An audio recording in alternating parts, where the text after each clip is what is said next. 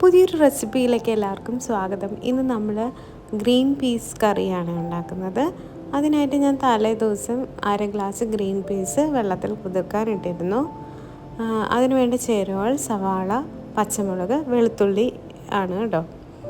ഇനി നമ്മൾ 8 മണിക്കൂർ കുതിർത്ത് നമ്മുടെ ഗ്രീൻ പീസ് ഒരു കുക്കറിലിട്ടിട്ട് 4 വിസിൽ വരുന്ന വരെ അടിച്ചെടുക്കുകയാണ് ചെയ്യുന്നത്.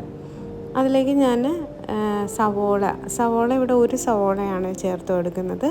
പിന്നെ അതിലേക്ക് ഞാൻ ചേർത്ത് കൊടുക്കുന്നത് 5 വെളുത്തുള്ളിയാണ് കേട്ടോ.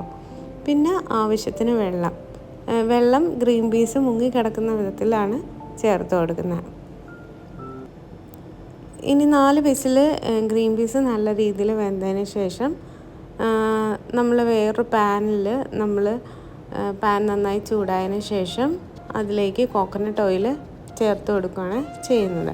പിന്നെ 1/4 ടീസ്പൂൺ കടുകും അതേപോലെ തന്നെ അല്പം ഒരു സവോള റിമൈനിങ് ഉണ്ടായിരുന്നത് ഞാൻ ഇതിലേക്ക് ചേർത്ത് കൊടുക്കും. നമുക്ക് ചുമന്നുള്ളി ആണെങ്കിലും ചേർത്ത് കൊടുക്കാം കേട്ടോ. ഒരു 2 എണ്ണമൊക്കെ ചേർത്ത് കൊടുത്താൽ മതിയായിരിക്കും. പിന്നെ ഇതൊന്ന് ഞാൻ ചെറിയ തീയിലാണ് വെച്ച് ഇത് ചെയ്യുന്നത്, അല്ലെങ്കിൽ പെട്ടെന്ന് കരിഞ്ഞു പോകും. അപ്പോൾ അതിലേക്ക് ആവശ്യത്തിന് പച്ചമുളകാണ് ചേർത്ത് കൊടുക്കുന്നത്. നമ്മുടെ എരിവ് അനുസരിച്ചാണ് പച്ചമുളക് ചേർത്ത് കൊടുക്കുന്നത്. ഞാനിവിടെ ഒരു 5 എണ്ണമാണ് ചേർത്തത്. പിന്നെ 1/4 ടീസ്പൂൺ മഞ്ഞൾപ്പൊടിയാണ് ചേർത്ത് കൊടുക്കുന്നത്.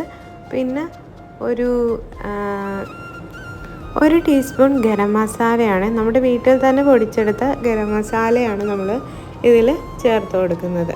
പിന്നെ അതിൻ്റെ ഒരു പച്ചമണമൊക്കെ ഒന്ന് മാറാനായിട്ട് നന്നായിട്ട് ഇളകി കൊടുക്കുക. പിന്നെ ഇതിലേക്ക് നമ്മൾ വേവിച്ച് വെച്ച ഗ്രീൻ പീസ് ഒഴിച്ചു കൊടുക്കുകയാണ് ചെയ്യുന്നത്. ഒരു 2 ടേബിൾ സ്പൂൺ ഗ്രീൻ പീസ് വേവിച്ചത് മാറ്റി വെക്കണം കേട്ടോ. അതെന്തിനാണെന്ന് ഞാൻ പിന്നെ പറയാമേ. പിന്നെ ഇതിലേക്ക് നമുക്ക് ആവശ്യത്തിന് ഉപ്പ് ചേർത്ത് കൊടുക്കാം. ഉപ്പ് എല്ലാം ഒന്ന് ചേർത്തതിന് ശേഷം നല്ല രീതിയിൽ ഒന്ന് മിക്സ് ചെയ്തെടുക്കുക. ഞാനിവിടെ ചെറിയ തീയിലാണ് ഇപ്പോൾ ഇതെല്ലാം വെച്ചിരിക്കുന്നത്.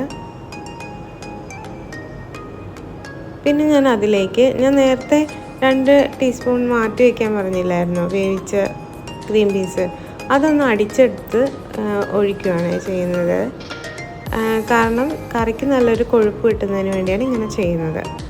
പിന്നെ ആവശ്യത്തിന് വെള്ളം ചേർത്ത് കൊടുക്കുക. വെള്ളം ചേർത്ത് കൊടുക്കുമ്പോൾ എപ്പോഴും തിളപ്പിച്ച വെള്ളം തന്നെ ചേർത്ത് കൊടുക്കണം. കാരണം അല്ലെങ്കിൽ നമ്മൾ പച്ചവെള്ളം ചേർത്ത് കൊടുക്കുകയാണെങ്കിൽ കറി പെട്ടെന്ന് ചീത്തയായി പോകാൻ സാധ്യതയുണ്ട്.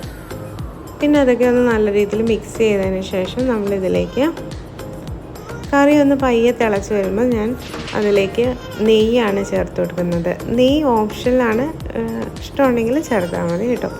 പിന്നെ ചെറിയ തീയിൽ വെച്ചിട്ട് ഇതൊന്ന് നല്ല രീതിയിൽ തിളച്ച് വരാൻ വേണ്ടി വെയിറ്റ് ചെയ്യുവാണ്.